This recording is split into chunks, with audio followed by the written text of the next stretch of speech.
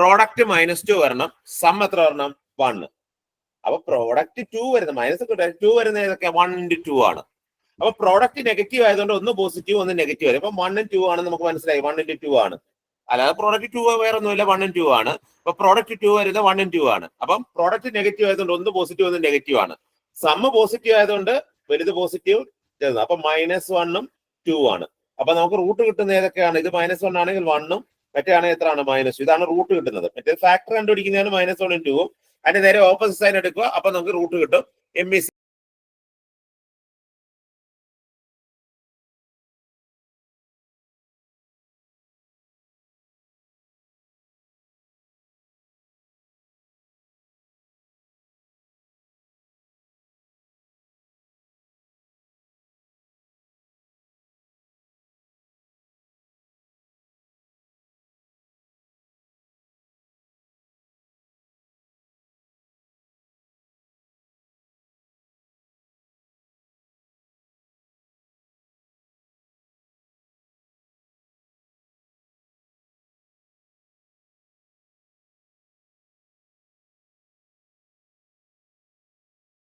-1 ഉം എന്താണ് -2 ഉം. എന്നിട്ട് ഇതിന്റെ എന്താണ് ഈക്വൽ ടു 0 വരുന്ന കേസാണ് y. y is equal എന്താണ് C1 e⁻x plus C2 e⁻−2x. നോക്കട്ടെ, കുറെ ഓപ്ഷൻ എല്ലാത്തിനകത്തും e⁻x e⁻−2x ഉണ്ട്. നിങ്ങൾക്ക് വേറെ ചിന്തിക്കേണ്ട ആവശ്യമൊന്നുമില്ല, ഓപ്ഷൻ നോക്കി ആൻസർ എഴുതാം. വേണ്ട, ഇതിനെ ഡിപ്പെൻഡ് ചെയ്യുന്നില്ല ഈ ക്വസ്റ്റ്യൻ, ഇതിന്റെ ഓപ്ഷൻ അനുസരിച്ച്. ഇതിന്റെ ഓപ്ഷൻ നിങ്ങൾക്ക് അങ്ങനെ ചിന്തിക്കണം. നിങ്ങൾ ആദ്യം നോക്കണം, e⁻x ഉം e⁻−2x ആണ് നിങ്ങളുടെ ആൻസർ വരേണ്ടത്. അത് ഏത് ഓപ്ഷൻ മാത്രമേ ഉള്ളൂ? ഏത് ഓപ്ഷൻ മാത്രമേ ഉള്ളൂ? First option. വേറെ വല്ലതും ഉണ്ടോ? ഇല്ല, പെട്ടെന്ന് കിട്ടി. പക്ഷെ ഇവിടെയും കൂടെ ഒരു നെഗറ്റീവ് ഉണ്ടായിരുന്നെങ്കിൽ, അല്ല അടുത്ത് എവിടെ വേറെടുത്തും കൂടെ ഇപ്പൊ ഇവിടെ വേറെ ഇപ്പം ഇവിടെ 3 × e⁻−2x എന്നായിക്കോട്ടെ, അവിടെ വന്നായിരുന്നെങ്കിൽ പെട്ടുപോയി. എന്ന് വെച്ച് കഴിഞ്ഞാൽ ഇവിടെ പ്ലസ് എക്സ് e⁻x e⁻−2x അവിടെ വരുന്നുണ്ട്. ഇപ്പൊ രണ്ടിടത്തുണ്ടായിരുന്നെങ്കിൽ നമുക്ക് എന്താണ് ഈ കണ്ടീഷൻ യൂസ് ചെയ്ത് കണ്ടുപിടിക്കണം. ഇല്ലെങ്കിൽ കണ്ടുപിടിക്കേണ്ട ആവശ്യമുണ്ടോ? എന്തുവായാലും ഈ ബേസിലെ ആൻസർ വരത്തില്ല, കോൺസ്റ്റന്റ് മാത്രം മാറുന്നേ ഉള്ളൂ, എക്സ്പോണൻഷ്യൽ ഫംഗ്ഷൻ സെയിം ആയിരിക്കും. അപ്പൊ e⁻x e⁻−2x കിട്ടിയിട്ടുണ്ടെങ്കിൽ അത് ആൻസർ C1 C2 ആവശ്യം ഇവിടെ വരുന്നില്ല. എന്തുകൊണ്ട്? ആ ഒരു ഓപ്ഷൻ മാത്രമേ ഉള്ളായിരുന്നു അവിടെ. പക്ഷെ ഒന്നിൽ കൂടുതൽ ഇപ്പം വേറൊരു ഓപ്ഷനും കൂടെ കൊണ്ടായിരുന്നു. ഇപ്പം 3 e⁻x പ്ലസ് 2 e⁻−2x ഇങ്ങനെ ഒരു ഓപ്ഷനും കൂടെ ഉണ്ടായിരുന്നെങ്കിൽ നിങ്ങൾ എന്താണ് എന്തുവായാലും ആ കണ്ടീഷൻ ഉപയോഗിച്ച് ചെയ്യണം. ഇനി കണ്ടീഷൻ വെറുതെ ഡെറിവേറ്റ് കണ്ടീഷൻ കാണിക്കുക നിങ്ങൾക്ക്. ഈ 0 കണ്ടീഷൻ ഇല്ലയോ ഫസ്റ്റ്, y(0 = 3) അല്ലയോ? അത് നിങ്ങൾക്ക് പെട്ടെന്നാണ്. ഇങ്ങനൊരു C1 e⁻x C2 e⁻−, എക്സ്പോണൻഷ്യലിന്റെ case ഇങ്ങനെ വരുന്ന കേസിലാണ് പെട്ടെന്ന് പറയുന്നത്. 0 കൊടുക്കുമ്പോൾ ഇവിടെ വരുന്നത് C1 + C2 = വാല്യൂ 3. അതാണ് ഒരു ഇക്വേഷൻ. C1 + C2 = 3. വെറുതെ ഡെറിവേറ്റീവ്. അടുത്ത ഡെറിവേറ്റീവ് ആണ് y'. വെറുതെ ഡെറിവേറ്റീവ് എടുക്കണ്ട, ഇതിന്റെ ഡെറിവേറ്റീവ് എടുത്താൽ e⁻x തന്നെയാണ്. അപ്പൊ ഇവിടെ എന്തെങ്കിലും കോൺസ്റ്റന്റ് ഉണ്ടെങ്കിലാണ്. e⁻x ഡെറിവേറ്റീവ് എന്താണ്? e⁻x ആണ്. അവിടെ വാല്യൂ മാറുന്നുണ്ടോ? ഇല്ല. അപ്പൊ അവിടെ e⁻0 കൊടുത്തു കഴിഞ്ഞാൽ അത് 1 ആയിപ്പോ. അപ്പൊ അവിടെ എത്ര C1. ഇവിടെ e⁻−2x ഡെറിവേറ്റീവ് എന്താണ്? e⁻−2x × -2. അപ്പൊ ഒരു അഡീഷണൽ ആയിട്ട് ഒരു -2 വന്നേ ഉള്ളൂ. അപ്പൊ അവിടെ -2 C2 വരും. അതിന്റെ വാല്യൂ എത്ര വന്നേക്കുന്നത്? 0. അല്ലാതെ ഡെറിവേറ്റീവ് എടുത്ത് കളയണ്ട. സപ്പോസ് ഇവിടെ C1 e⁻3x plus C2 e⁻−2x ആയിരുന്നെങ്കിൽ ഡെറിവേറ്റീവിന്റെ കണ്ടീഷൻ അപ്പോൾ ഇത്രേ ഉള്ളൂ, 3C1 -2 C2 = എന്ത് തരുന്നു ആ വാല്യൂ, y' എന്ത് തരുന്നു ആ വാല്യൂ എടുക്കുക. അപ്പോൾ സെക്കൻഡ് ഇക്വേഷൻ കിട്ടും. വെറുതെ ഡെറിവേറ്റീവ് എടുക്കേണ്ട ആവശ്യമില്ല, പവറുകൾ മാത്രം. നമുക്കെല്ലാം പവറുകൾ വെച്ചാണുള്ള കളികൾ. അപ്പൊ ഈ പവർ നോക്കിയാൽ മതി. ഈ പവർ 1 ആയതുകൊണ്ടാണ് 1 × C1 തന്നെ. ഇവിടെ -2 × C2 -2. അപ്പൊ 2 ഇക്വേഷൻ കിട്ടി. ഈ രണ്ടും കൂടെ C1 സെയിം ആണ്, മൈനസ് ചെയ്ത് കഴിഞ്ഞാൽ C2 മൈനസ്, അപ്പൊ 3C2 = 3 വരും, C2 = 1 വരും. അത് ഫസ്റ്റ് ഇക്വേഷൻ കൊടുത്തു കഴിഞ്ഞാൽ C1 = 3 - 1 വരും, 2 കിട്ടും. എന്താണ് C2ന്റെ വാല്യൂ 1 മുകളിൽ കൊടുത്തേ. അപ്പൊ ഇത് ഇപ്പുറത്ത് 2 കിട്ടും. അപ്പൊ C1 2 ആണ്. അപ്പൊ നമ്മുടെ ആൻസർ 2 e⁻x + 1 × e⁻−2x. അതാണ് ഫസ്റ്റ് ഓപ്ഷൻ. പക്ഷെ നിങ്ങൾക്ക് ആ കിട്ടിയ ആൻസർ e⁻x e⁻−2x ഒരു ഓപ്ഷനെ ഉണ്ടെങ്കിൽ ഇതിന്റെ വല്ല ആവശ്യമുണ്ടോ? ഒരു കണ്ട. അതാണ് നമ്മൾ എപ്പോഴും ഒബ്ജക്റ്റീവ് ടൈപ്പില് നമ്മൾ ഫുൾ ചെയ്യുന്നതിന് മുന്നേ നമുക്ക് കിട്ടിയ ഫങ്ഷൻസ് അവിടെ ഉണ്ടോ എന്ന് നോക്കാം. ഫങ്ഷൻ എന്ന് വെച്ചാൽ e⁻x e⁻−, അതാ ഫങ്ഷൻസ്. ആ ഫംഗ്ഷൻസ് ഒരിടത്ത് മാത്രമേ ഓപ്ഷനിൽ വന്നിട്ടുള്ളെങ്കിൽ വേറെ ഒന്നും നോക്കണ്ട, വിച്ച് ഇസ് ദ ആൻസർ. അല്ലെങ്കിൽ ക്വസ്റ്റ്യൻ തെറ്റ്, അല്ല ഓപ്ഷൻ തന്നിട്ടില്ല, അതാണ് ആൻസർ.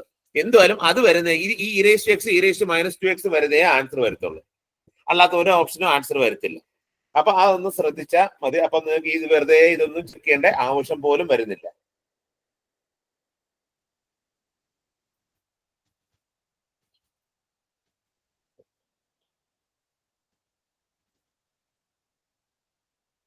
ക്ലിയർ ആയോ? അപ്പം ഈ കണ്ടീഷൻ അപ്ലൈ ചെയ്യേണ്ട ആവശ്യം ഇവിടെ വരുന്നില്ല ഈ ഓപ്ഷൻ ആയതുകൊണ്ട്. അപ്പം അത് നമുക്ക് പെട്ടെന്ന് ചെയ്യാം. കണ്ട, പിന്നെ അടുത്തൊരു ക്വസ്റ്റ്യൻ കണ്ടോ, ഫൈൻഡ് ദ സൊല്യൂഷൻ ഓഫ്.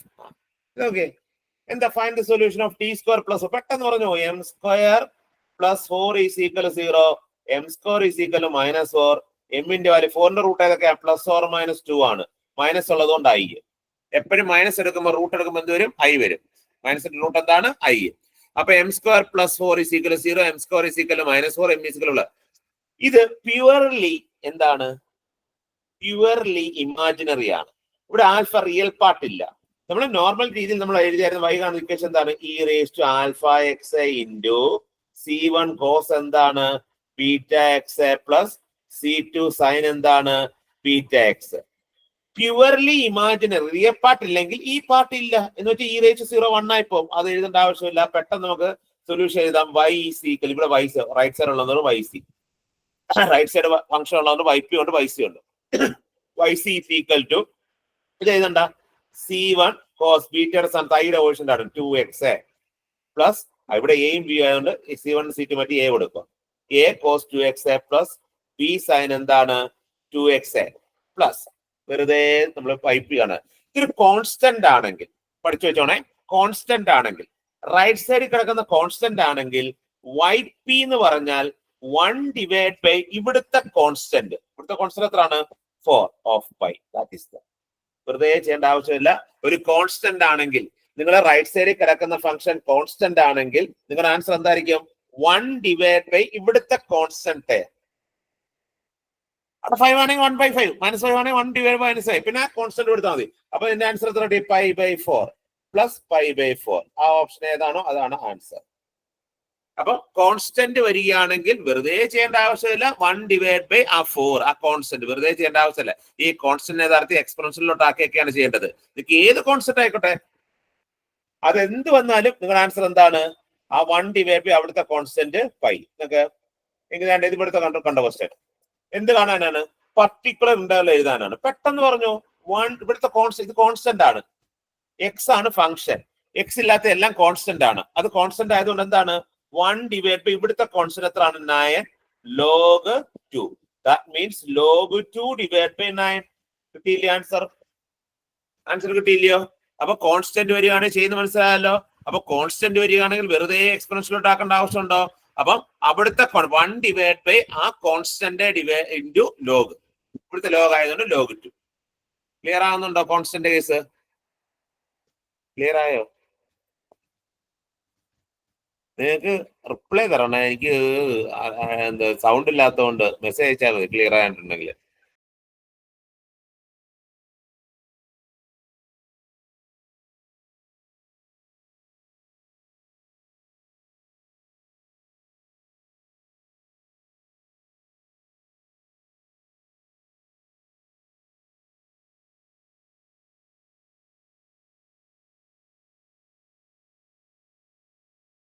ഇത് ഫസ്റ്റ് ഡിഗ്രി ആണ്, ജസ്റ്റ് ഫസ്റ്റ് ഡിഗ്രി ഇക്വേഷൻ ആണ്. അവിടെ എന്താണ്, ഇവിടെ എം ആണ്, M plus 7 is equal 0, M is equal -7. Then ഒറ്റൊരെണ്ണോടല്ലോ y ഈസ് ഈക്വൽ എന്താണ്, c e raised to -7x. മറ്റേത് C1 C2 ഒക്കെ കൊടുക്കുന്ന ഒന്നിൽ കൂടെ ഉള്ളതുകൊണ്ട് ഇവിടെ c മാത്രം ഒറ്റൊരെണ്ണേ ഉള്ളു. എം ഈസ് ഈക്വൽ -7 ആണ്, c raised to -. ഇവിടെ ടീയിലാണ് ഫംഗ്ഷൻ, ഇൻ ടേംസ് ഓഫ് ടീയിലായതുകൊണ്ട് ഫംഗ്ഷൻ എന്താണ്, ടീയിലായിരിക്കും. വിത്ത് റെസ്പെക്ട് ടീ ആണ്. അപ്പൊ 70. അവിടെ ഓപ്ഷൻ എല്ലായിടും വന്നാണ്ട് ഇവിടെ ഉണ്ട്, ഇവിടെ ഉണ്ട്, ഇവിടെ ഉണ്ട്, പെട്ടുപോയി. അപ്പം എല്ലായിടും ഉള്ളത് കൊണ്ട് അപ്പൊ ഇവിടെ ഇല്ല, ഇത് ക്യാൻസൽ. അപ്പൊ ഏത് മാത്രമാണ്, ഇത് ക്യാൻസൽ ആക്കാം, ഇതും ക്യാൻസൽ ആക്കാം. ഈ രണ്ടെണ്ണത്തിലായിരിക്കും ആൻസർ വരുന്നത്. ആ രണ്ടെണ്ണത്തിലാണ് e raised to -70 കിടക്കുന്നത്. അപ്പൊ നമുക്ക് വെട്ടുപോയൊന്നുമില്ല. ഇതൊന്ന് കണ്ടീഷൻ വൈക്ക് എന്താണ് 0. ഞാൻ പറഞ്ഞായിരുന്നു എക്സ്പോണൻഷ്യൽ കേസ് വരുവാണെങ്കിൽ ഇനിഷ്യൽ കണ്ടുമ്പോൾ ആ കോൺസ്റ്റന്റ് ആണ്. അപ്പൊ കോൺസ്റ്റന്റ് ഈസ് ഈക്വൽ എത്ര കിട്ടും, 1 കിട്ടും. അപ്പൊ ഇനിഷ്യൽ കണ്ടീഷൻ അപ്ലൈ ചെയ്യുമ്പോഴത്തേക്ക് ആ കോൺസ്റ്റന്റ് ആണ് വരുന്നത്. ആ constant initial condition y0 apply ചെയ്യുമ്പോൾ അവിടെയുള്ള കോൺസ്റ്റന്റ് ഇപ്പൊ C1 C2 ഉണ്ടായിരുന്നെങ്കിൽ C1 plus C2, C1 C2 C3 ഉണ്ടായിരുന്നെങ്കിൽ C1 plus C2 plus C3 equal 1. ഇവിടെ C മാത്രമേ ഉള്ളൂ, C ഈക്വൽ 1. C ഈക്വൽ 1 കിട്ടിയില്ല. അപ്പൊ ആൻസർ എത്രയാണ്? y is equal to 1 into e raised to minus 70. അപ്പൊ ആൻസർ ഏത് വരും? ഇത് ആൻസർ. അപ്പം ഇനിഷ്യൽ കണ്ടീഷൻ അപ്ലൈ ചെയ്യുമ്പോൾ നിങ്ങൾ വെറുതെ വാല്യൂ കൊടുത്ത് ചെയ്ത് സമയം വേസ്റ്റ് ആക്കരുത്, പെട്ടെന്ന് നോക്കുക. അപ്പൊ ഇനിഷ്യൽ കണ്ടീഷൻ വരികയാണെങ്കിൽ y0 is equal to 1 ആണ്. അവിടുത്തെ ഇനിഷ്യൽ കണ്ടീഷൻ ഡെറിവേറ്റീവ് അല്ലാത്ത ഇനിഷ്യൽ കണ്ടീഷൻ നോർമൽ ആയിട്ടുള്ള വരികയാണെങ്കിൽ അടുത്ത കോൺസ്റ്റന്റ് എന്താണോ നിങ്ങൾക്ക് y കിട്ടിയ constant is equal to that. ഇപ്പൊ കോൺസ്റ്റന്റ് C1 C2 ഉണ്ടെങ്കിൽ C1 plus C2 is equal to, ഇവിടെ C മാത്രമേ ഉള്ളെങ്കിൽ C is equal to 1. പെട്ടെന്ന് ആൻസർ കിട്ടി, വേറെ ഒന്നും ചെയ്യേണ്ട ആവശ്യമില്ല. അപ്പൊ നിങ്ങളുടെ ആൻസർ എന്ത് കിട്ടും? e raised to minus 70 പെട്ടെന്ന് കിട്ടും. ഇതാണ്ടോ കോംപ്ലിമെന്റ്. ഇത് നമ്മള് ലാസ്റ്റ് നോക്കണ്ടായിരുന്നു, ഇത് ഇപ്പൊ തന്നെ പറഞ്ഞു പോയിക്കോളാം. ഇതെന്ന് പറഞ്ഞു കഴിഞ്ഞാൽ നമ്മള് ഇതാണ് ഓയിലേഴ്സ് ഇക്വേഷൻ ആണ്. എന്ത് ഇക്വേഷൻ ആണ്? Euler's equation. ഈ ഓയിലേഴ്സ് ഇക്വേഷൻ പറയുന്നതിന് മുന്നേ വേറെ നമുക്ക് അടുത്ത ഓയിലേഴ്സ് എല്ലാം കൂടെ ലാസ്റ്റ് പറയാം. അതാണ്ട് ഇത് കണ്ട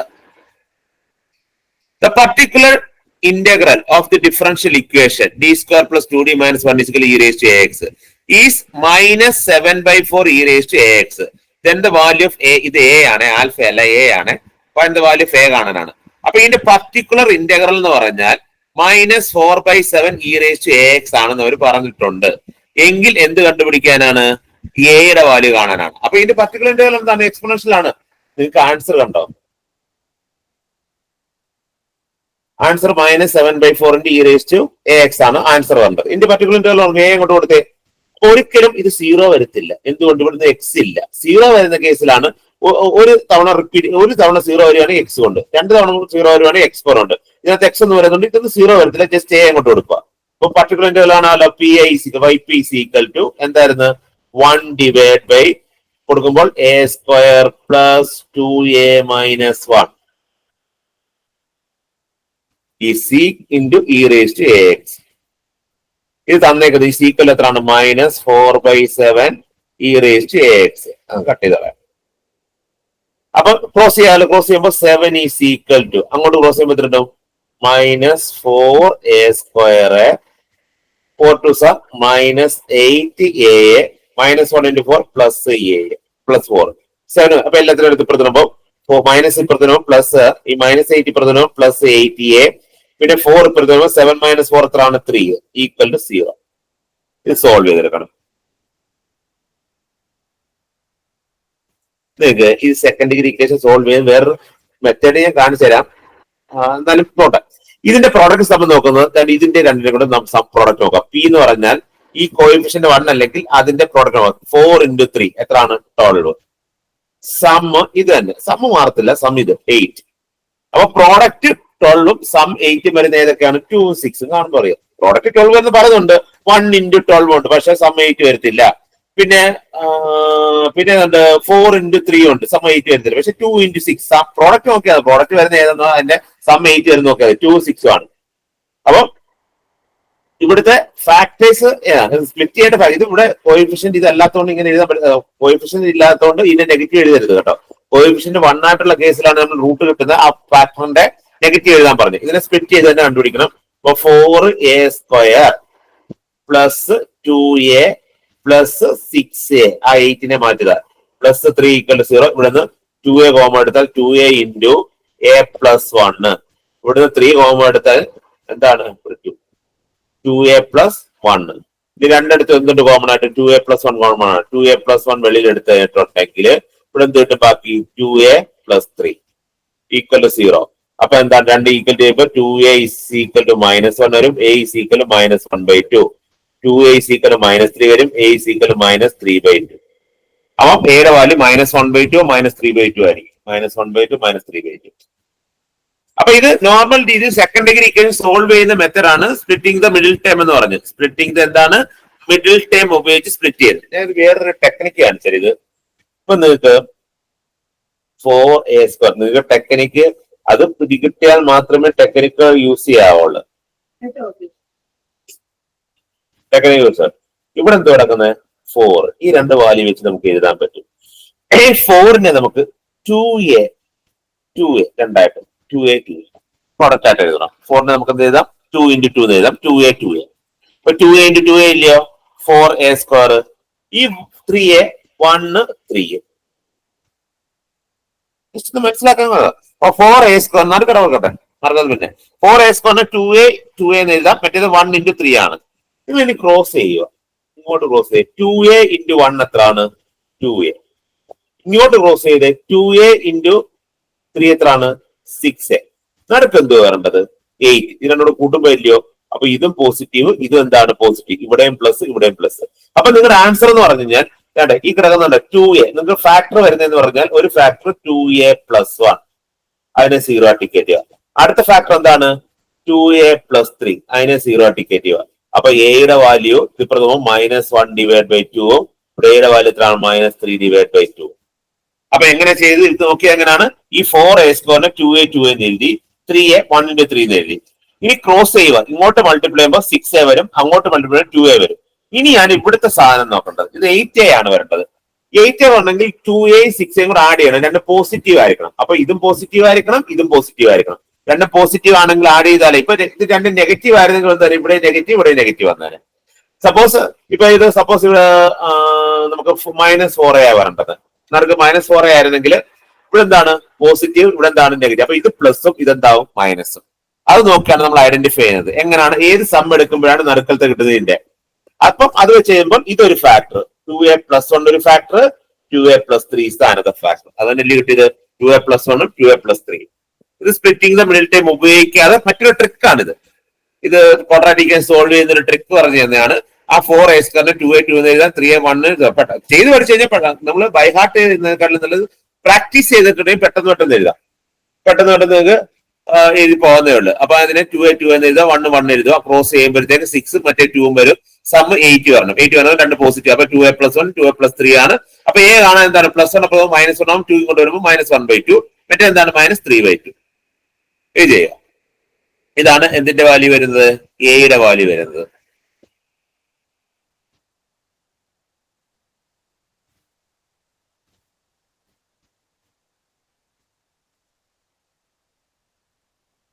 ഇതൊക്കെ നമുക്ക് പിന്നെ നോക്കാം. ഫസ്റ്റ് ഓർഡർ ഒക്കെ, സെക്കൻഡ് ഓർഡർ, ഇതൊക്കെ ഹോമോജീനിയസ് ആണ്. നമുക്ക് പിന്നെ നോക്കാം. ഹോമോജീനിയസ് പോട്ടെ, ഓയിലർ ആണ്. നമുക്ക് നോക്കാം. വേണ്ട, കോസ് സൈനും വരെ നോക്കാം. ഇത് പെട്ടെന്ന് ഇതിന്റെയൊക്കെ പെട്ടെന്ന് ആൻസർ സൊല്യൂഷൻ ഇല്ലയോ? അപ്പൊ എന്താണ്? t² m² + 16 = 0. m² = എത്രയാണ്? -16. എമ്മിന്റെ വാല്യൂ +or-4 ആയി. പ്യൂർലി ഇതാണ്. y എന്താണ്? ഇവിടെ എയും ബി ആയതുകൊണ്ട് a cos 4x പ്ലസ് എന്താണ്? b sin 4x. ഇനി yp കാണാൻ എളുപ്പമാണ്. ഇത് നോക്കിയേ, ഇവിടെ എയുടെ വാല്യൂ എത്രയാണ്? 4.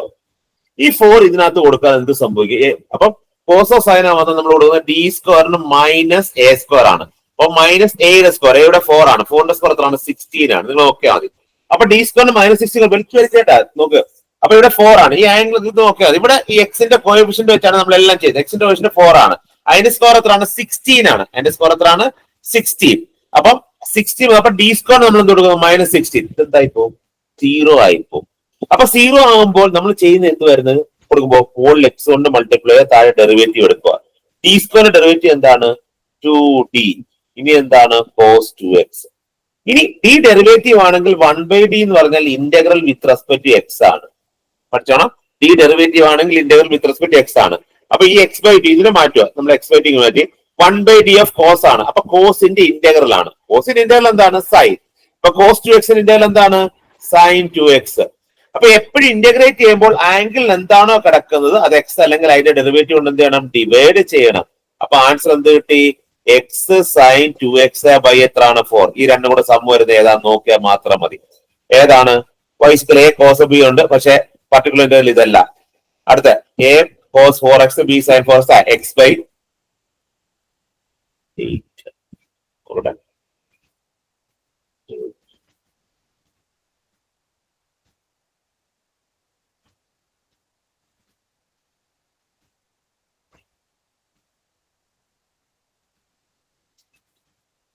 ആംഗിൾ 4x സെറ്റ് പോയി. ഇവിടെ 4x ആയിരുന്നല്ലോ, എഴുതിയപ്പോ തെറ്റിപ്പോയി. കോസ് 4x ആയിരുന്നു. അപ്പൊ അതിന്റെ ഡെറിവേറ്റീവ് sin 4x/4 ആണ്. 4 2 എത്രയാണ്? 8. അപ്പൊ ഏത് വരും? X sine 2x, x by 8 sine 2x, x by 8 എത്രയാണ്? സൈൻ 2x അല്ല 4x. ആംഗിൾ ഒന്ന് ഞാൻ എഴുതി മാറിപ്പോയി, 4x. അപ്പൊ ആൻസർ എന്താണ്? X by. അപ്പൊ ആദ്യം D square M square formula purely എന്താണ്? ഇമാജിനറി. പ്യൂർലി ഇമാജിനറി ആണ് A cos A plus B sine. അപ്പൊ ഒന്നും നോക്കണ്ട, A cos plus B sine. ആ ബീറ്റ ആണ് 4, A cos 4x plus B sine 4x. ഇനി കോസ് 4x, ഇനി എന്താണ്?